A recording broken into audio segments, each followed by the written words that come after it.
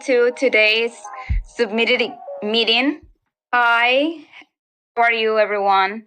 We're going to start. Thank you for your patience. So, today's topic is about governance scope, and we're going to change a little bit the dynamics. So, first of all, as always, we have some friendly reminders.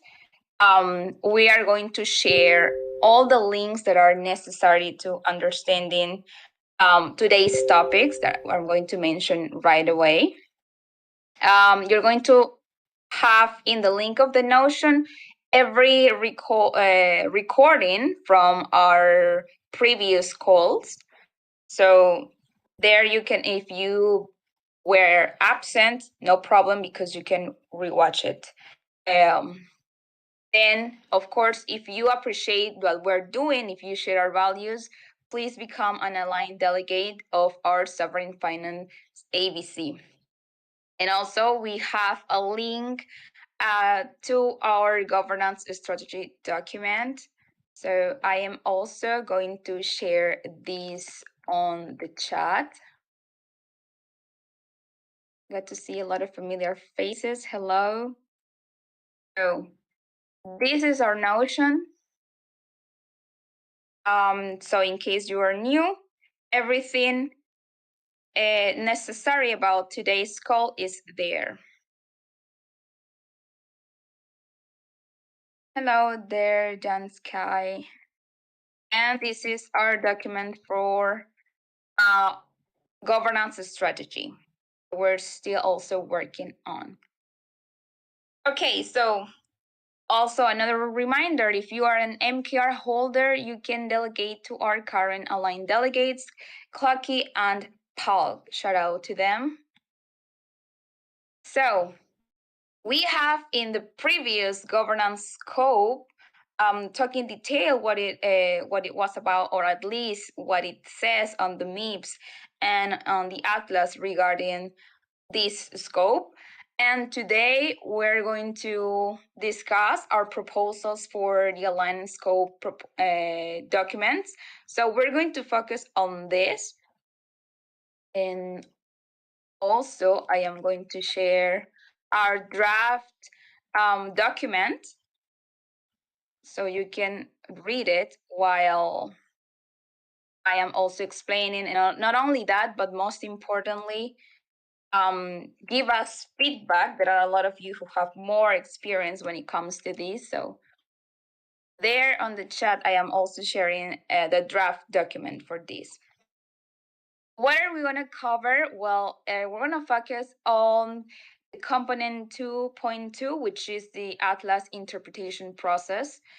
Also, the scope artifact appeals process, the alignment conservers, and here it talks about the recognition and formal warnings process framework, and the 6.3, the component 6.3, that it's prime delegate and reserve delegate slots. And we have a mathematical formula to establish PD and RD slots made by one of our members, made by Anon Builder. So this is going to be very exciting. Let's start then. So this is when it comes to the Atlas interpretation process. So there are certain things in the MIB or in the Atlas when it comes to this specific component that it's not clear enough, right? We use kind of like the Atlas interpretation to gain a better understanding. This is what it says. We make sure that the interpretation aligns with the spirit of the Atlas and previous decisions. And also what is mentioned on the MIB is that creating it is important to create guidelines to avoid confusion in the future. But what happens if there is a lot of confusion? We may need a vote by MKR holders to establish the new guidelines. So what are we putting in here is some modifications about this. So there are, because of certain clauses in the atlas that might be unclear or may contradict each other, that's why we need to define how to interpret this specific component. So let's read it in here. Proposed interpretation of the atlas must be decided by MKR vote. The governance facilitators may only directly make interpretations of the atlas by majority vote on minor questions and issues to clarify some concept, language related issues, and whose result of the interpretation does not imply changes in the way the Maker ecosystem perform the interpretation of the component in question. Why are we adding this? Well, the reason is because the interpretation of the atlas is a very relevant and sensitive issue to be decided by vote of MKR. Again, here to add that there is kind of like uncertainty or disagreement about the interpretation of the atlas. So what we are adding is that any participant of the Maker governance can submit a proposal for the atlas interpretation. Why are we also adding this? Because the same legitimacy as stated in component 3.01 for the appeal process. So everything of these are proposals. We want to also kind of like know what is your interpretations on this component that it's 2.2. Now we are also adding deadlines because sometimes what can happen is that when we are kind of like, we want to know the I don't know, the details or the answer of the facilitators, and if we don't have a specific or general deadlines, it's gonna be kind of like a little bit confusing. So we're putting here, establish a fixed reviewing time frame from when the proposed interpretation is posted on the forum for the governance facilitators to make a decision. During this period, the MakerDAO community can provide comments.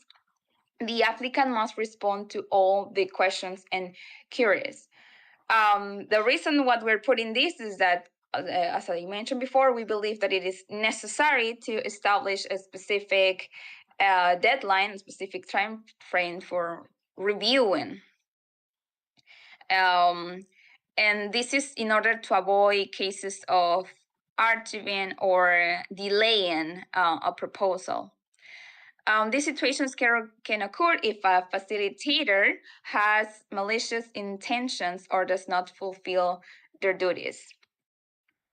So let's say that we need the answer, or we need a reviewer of a specific proposal, but there is no answer or no facilitators say anything about it. So this is why.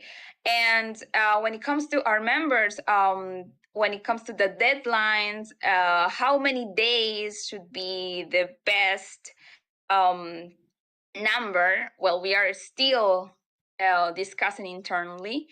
So far, we're putting like 30 days plus 15 exceptional days if there is justification to standardize all process timeframes to that amount of days, or if this process deserves a shorter time frame. So for some of our members, it's way too much time.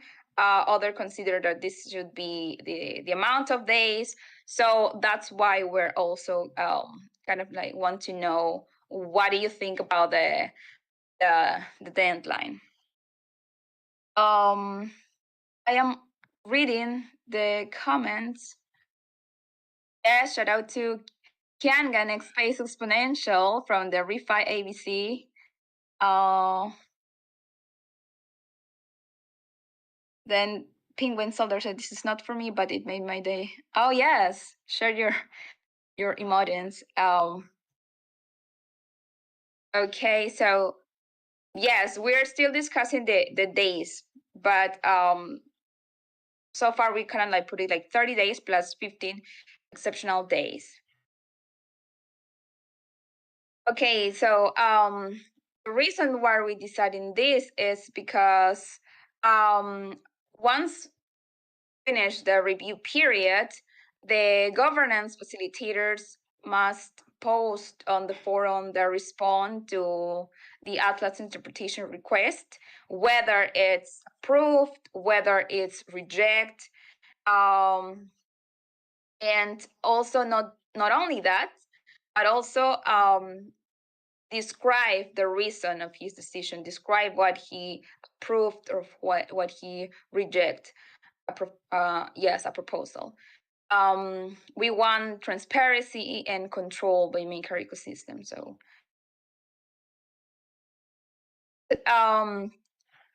also another topic that we are still discussing internally in the AVC is whether when publishing the decision made, it should be indicated which governance facilitators voted in favor, in which voted against. And the reason why for us it's important to know if their vote for or against is also to kind of like know the background, the transparency, and also to have this ability to track consistency over time. So the most is shared, the more we know, it's better. Okay, just so you know, whether when I'm not talking, it's because I am pausing so I can read your comments. Vigilant says one comment here is that it's outside the scope improvement article, so this will be tough to get implemented. Oh, nice point. Okay. Yes, these are definitely important.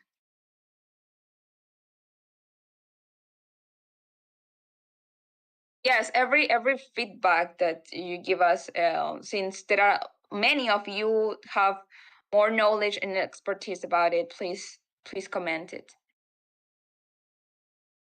Okay. And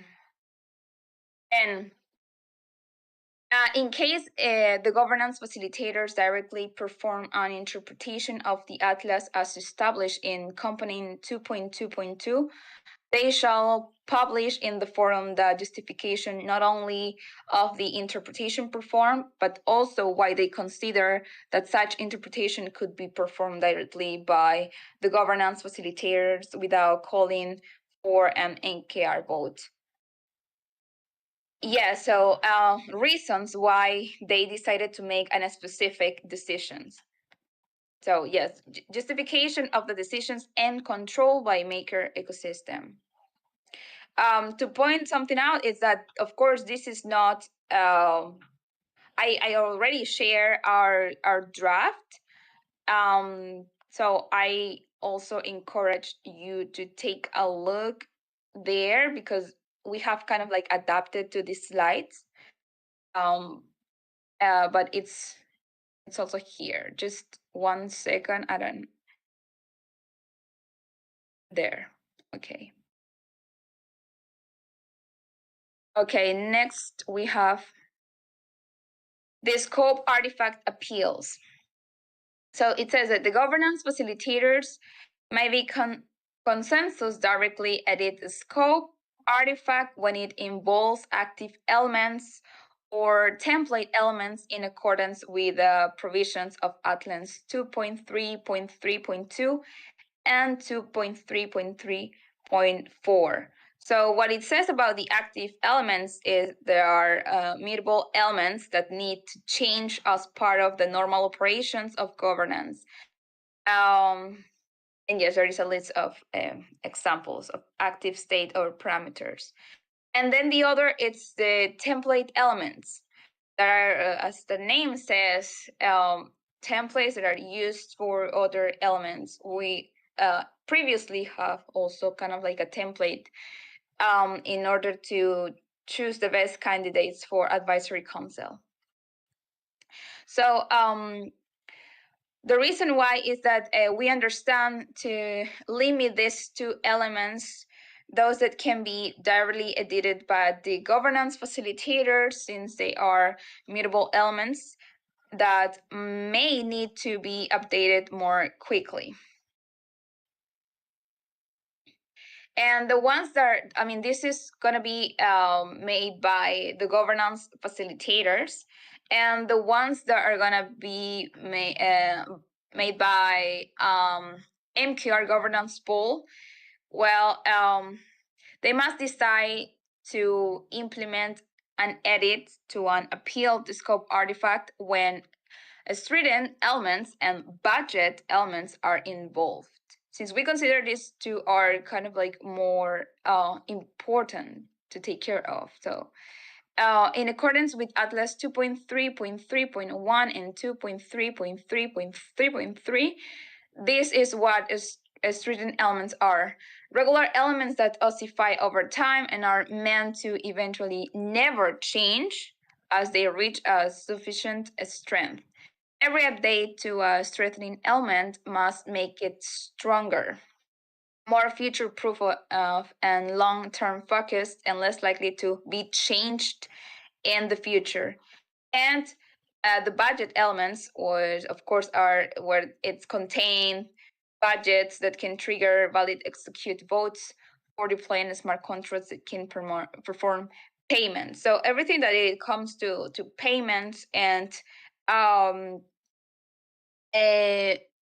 elements that are meant to eventually never change, we consider that should be taken care of by government and MKR governance pool.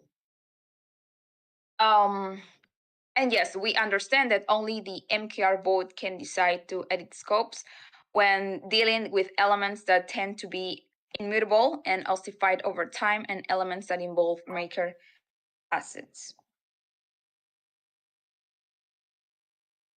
Okay. Estuvieron llegando preguntas, me parecen un poquito insólitas, pero bueno. Oh, there. Hi, Nikki. Please mute yourself. And let's see. The submission of name says the submission of MIP 102 amendment is permissionless. Anyone can propose a change in the monthly governance cycle. Yes. Paul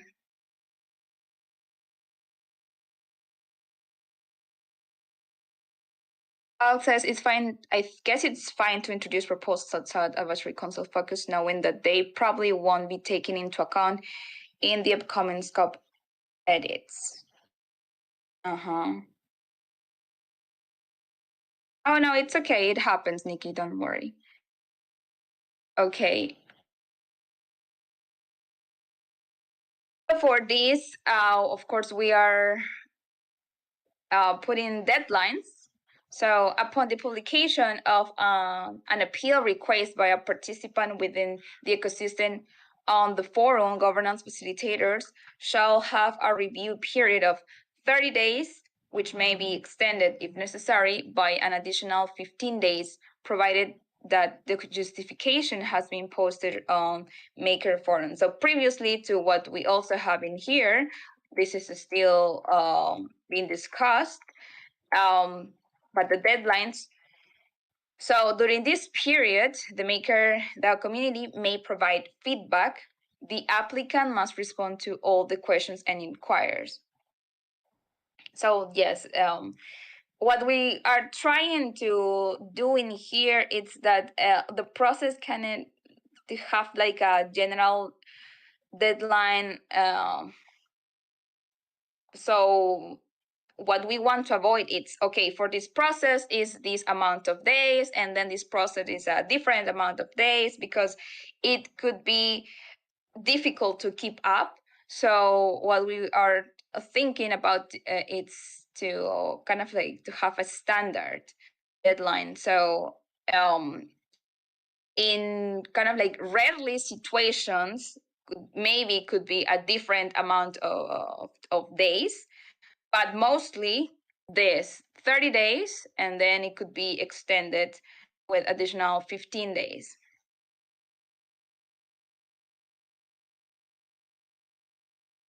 Okay, the reason we decided is upon completion of the review period, the governance facilitator shall post on the forum the response to the appeal request, approving or rejecting the call for an MKR governance poll, along with a description of the reasons for the decision.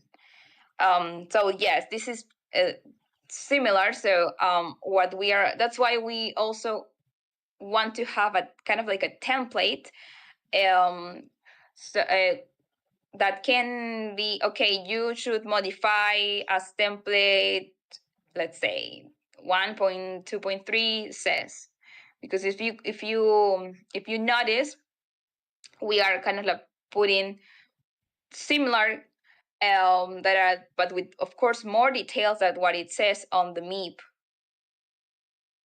And also internally with the we're still considering the decision because some of our members consider that governance facilitators,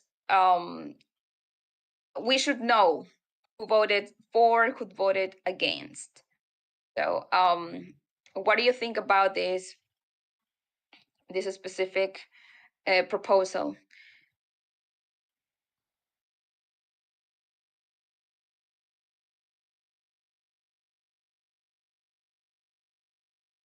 Oh yeah, we have presented the alliance scope proposals document. Yes.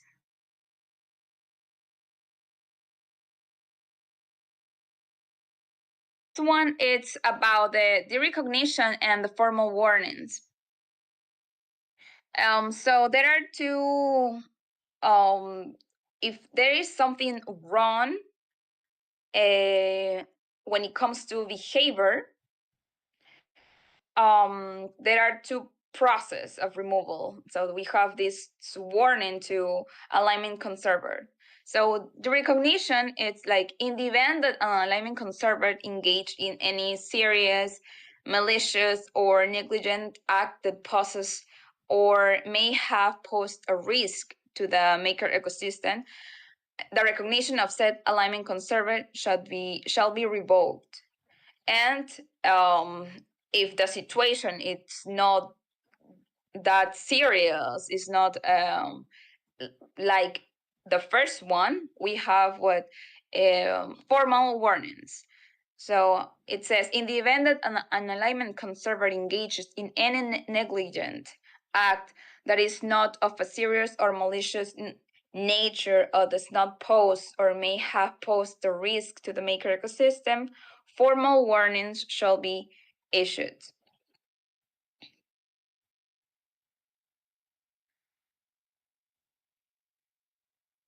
Okay, so let's focus first in the recognition. So in the event that a participant within the ecosystem believes that an alignment conserver has done something suspicious of such a big magnitude, okay, they shall require publish a request for the recognition on the forum. Of course, providing all the details, all the explanations of the alleged misconduct of this behavior.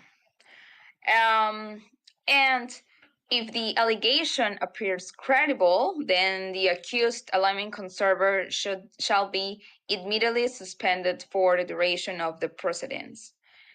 And if the accused alignment conserver, the accused alignment conserver shall have a period of 15 days from the day of the allegation being published on the forum to submit their statement of defense. So this is what we're adding in here. We are also establishing deadlines for this proposal. Establish a fixed review period from the day that the alignment conservant has submitted their statement of defense or after the expiration of the 15-day period without submission for governance facilitators to make a decision. During this period, the maker community may provide comments. The requester is expected to respond to all the questions and inquire. So the reason what we are adding this is that we consider that it is relevant to establish a specific deadline in order to review these complaints and also to prevent potential cases of delays or of a complaint. Of course, this is going to be raised if a facilitator has malicious intentions or fails to fulfill their duties. We're kind of like put it in the worst case scenarios, but we consider that it's important to take into account these kind of situations. We never know what could happen, right? So, and what we are still in talks is again about the number of days. So, yes, what we are thinking is that in order to standardize all process timelines, as I mentioned previously, it should have like the same amounts of the previous components, or if this process warrants a shorter time frame, because certain yes, there are still like certain members consider that this is way too long for this process. Okay, once the conclusion of the review period is finished, the governance facilitator shall be required to publish on the Maker forum the response to the complaint, either approving or rejecting the recorrection of the accused alignment conservant. And of course, this should be accompanied by a description of the reasons of the decision. So this is similar. And as the previous as well, we are considering if the governance facilitators should mention if they voted in favor or against. That was about the recognition. Now let's move on to formal warnings.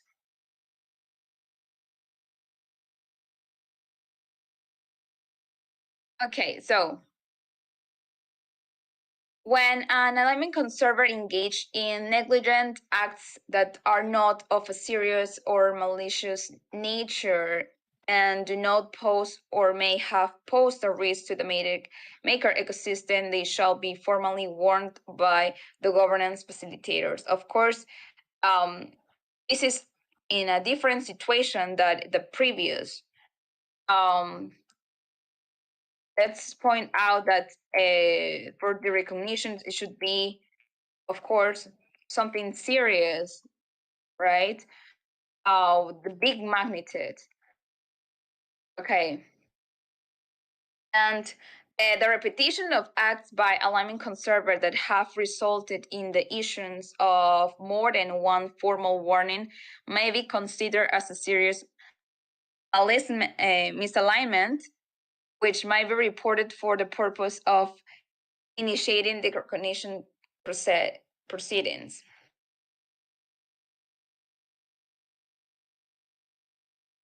Okay, so this is what we have put in if the alignment conservers have these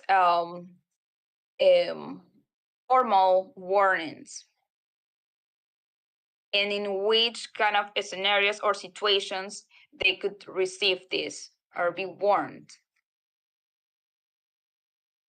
Okay, now let's move on to the next, that it's the prime delegate and reserve delegate slots component.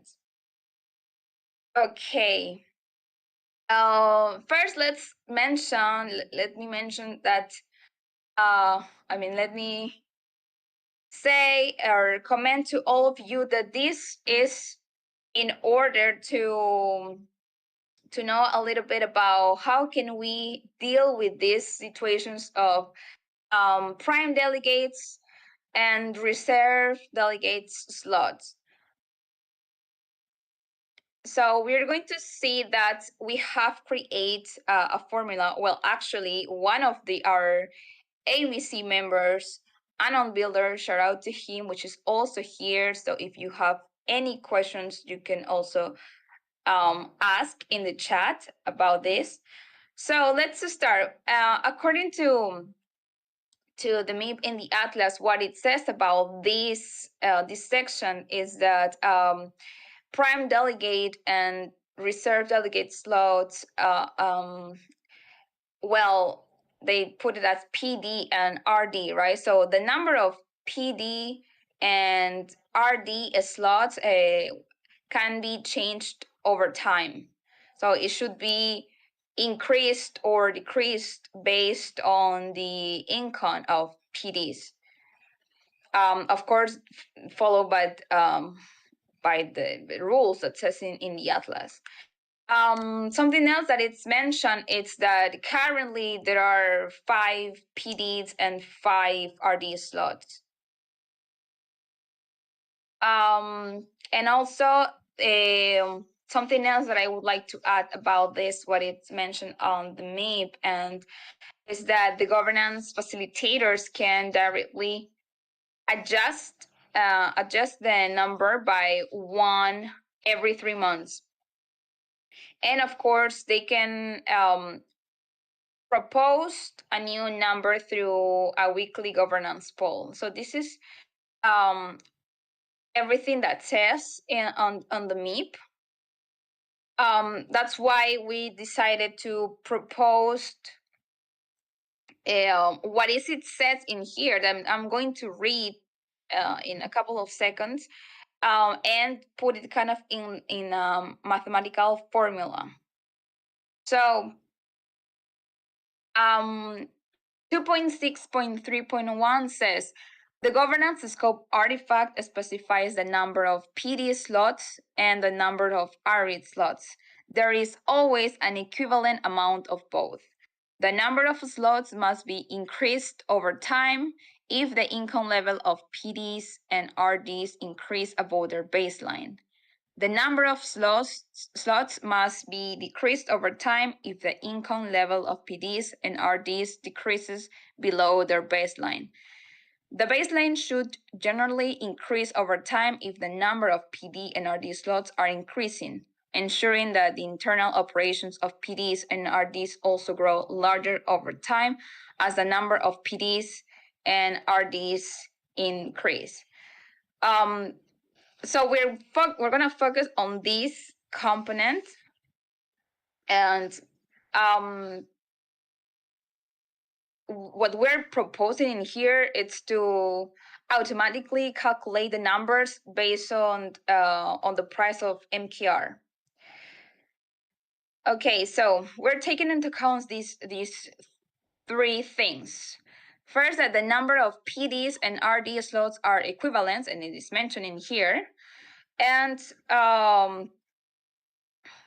the most important is that this one is that slot numbers adjust based on income level changes, that it's measured in DAI, and which fluctuate with MKR or NewGov price compared to baseline.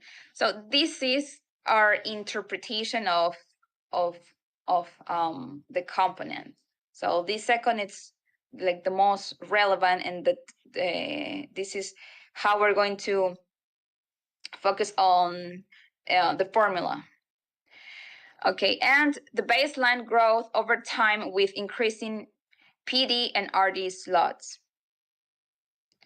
Okay, so as you can see, we are kind of doing this because the problem is that everything is kind of like it's too vague. We consider that it's too vague. It lacks transparency. It lacks predictability. Since the facilitator can decide the number of slots and that they believe to be correct without any basis. So that's why we're doing this. So the proposed solution is to its compensation sensitive adjustment formula, and the aim of this is to align number of PDs and RD slots with income levels. Focus that we are considering MKR price volatility and ensure the growth of internal operations.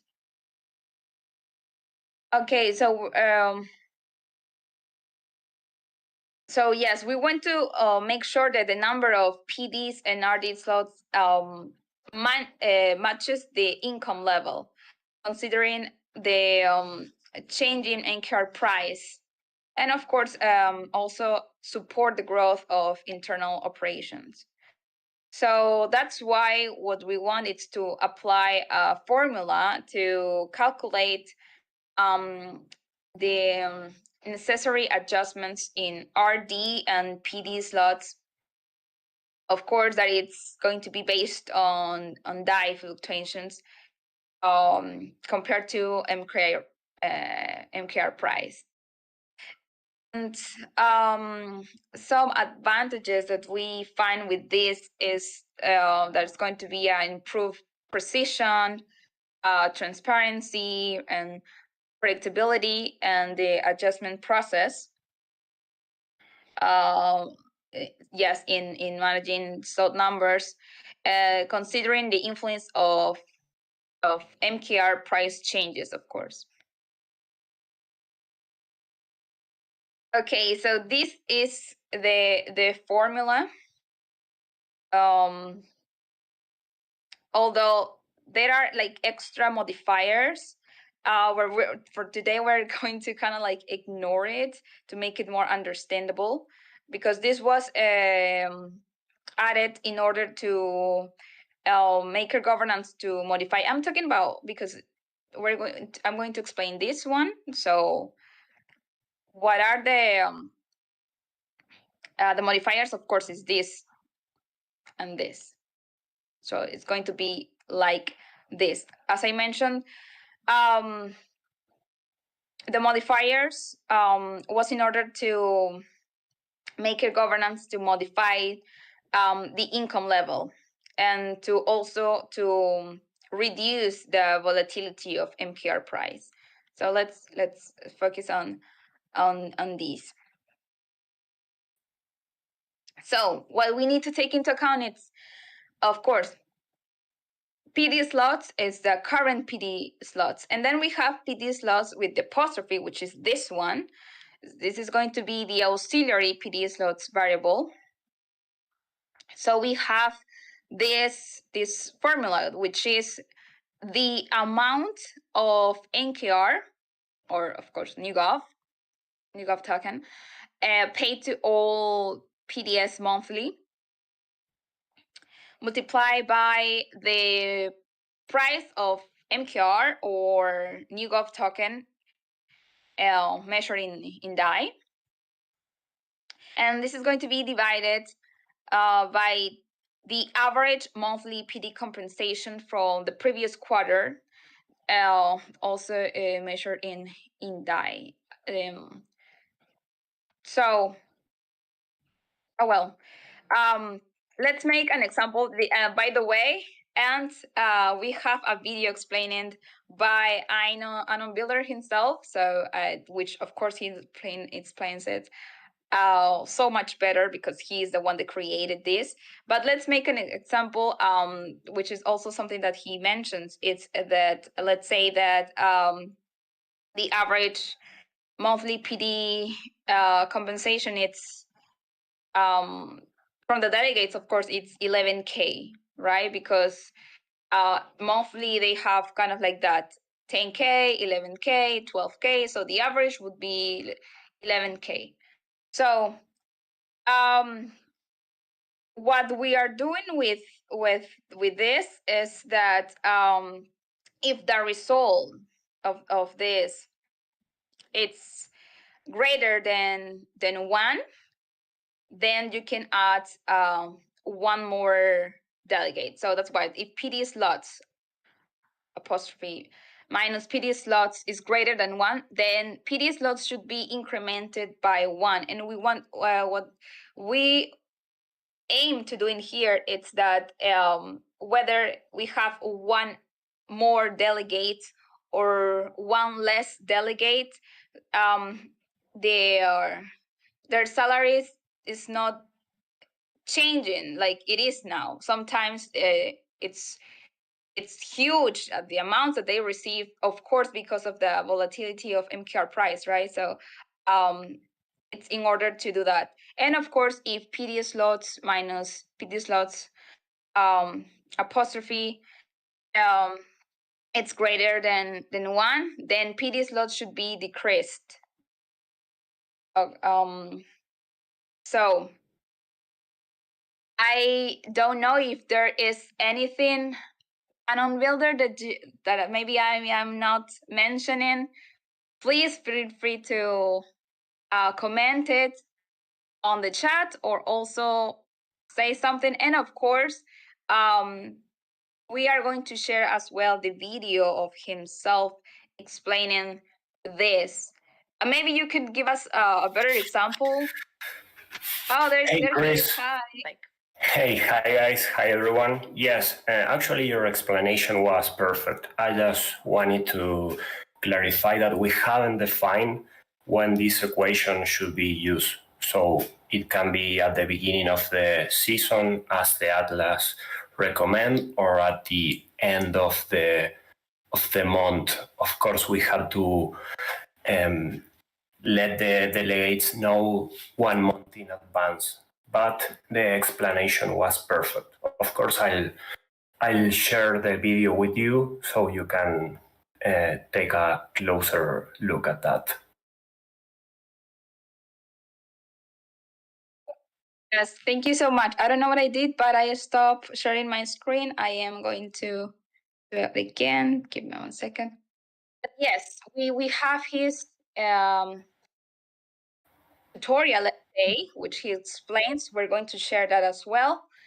And also, if you have any questions about this, please let us know.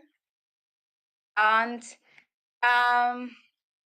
yes, one more time, I'm going to share everything, in detail with the format of proposals. It's in here, and extra details as well from Anon Builder.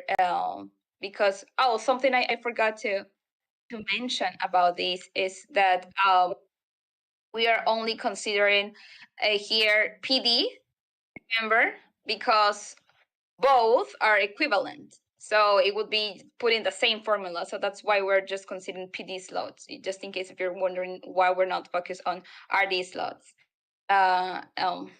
Okay. And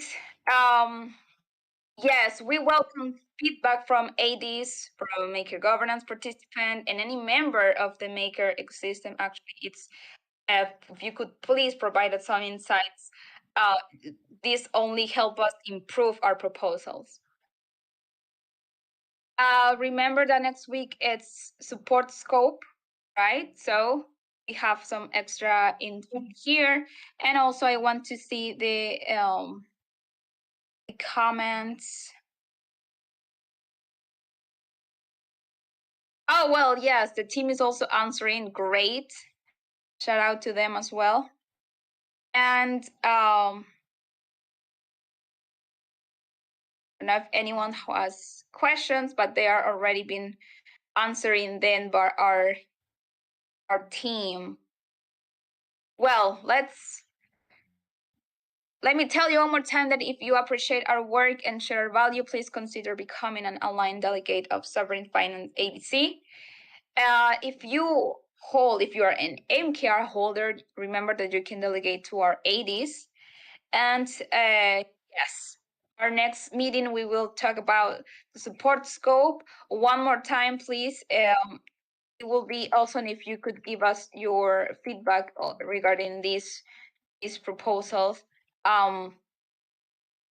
that we're going to keep working this quarter. Are the documents available to non-ADs? Of course. Actually, anyone who has the expertise or really want to participate to make these improvements for the MIPS, please feel welcome.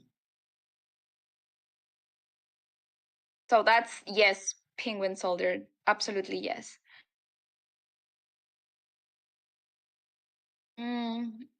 Okay, Vigilance says this might lead to very frequent changes. Well, yeah, that's why we're trying to look for kind of like a standard, let's say, time frames, but we're working on it. And actually, if you have like any ideas, how can we do that in order to avoid changes in every quarter? Yeah, we would love to know. Trunan says volatility in the price is a positive and incentive for the role. In our opinion, AD may not treat all MQR compensation as a current income to exchange for DAI. Oh, well, thank you. That's actually very helpful for us to take into account.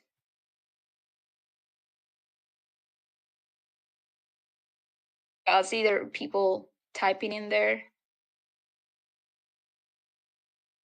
Oh, yes. We're going to give you the access to this ASIP.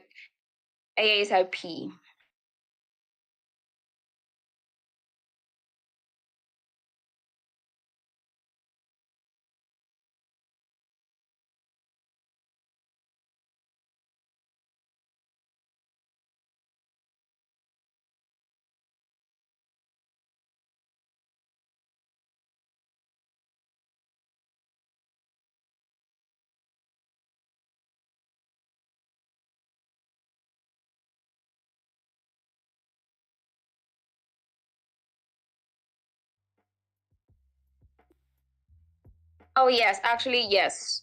Everyone is welcome to comment on the document. To comment. And there is Clocky, also shout out to Clocky, who always give us feedbacks and in our proposals or everything that we want to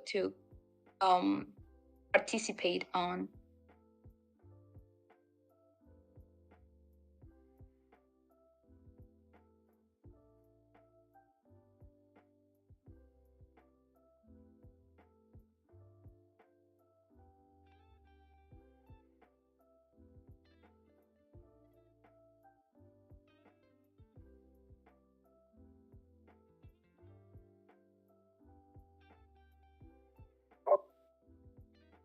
So Clocky says of the AVCs, including here this one, had themselves a vision for elections and terms for the AC members. They mostly had their mind set on hiring and retainers to yes. They wanted to have a time for a year where multiply AC members of the scope are elected all at once, and they wanted to do it every year, no less. Yes. Thank you, Clocky.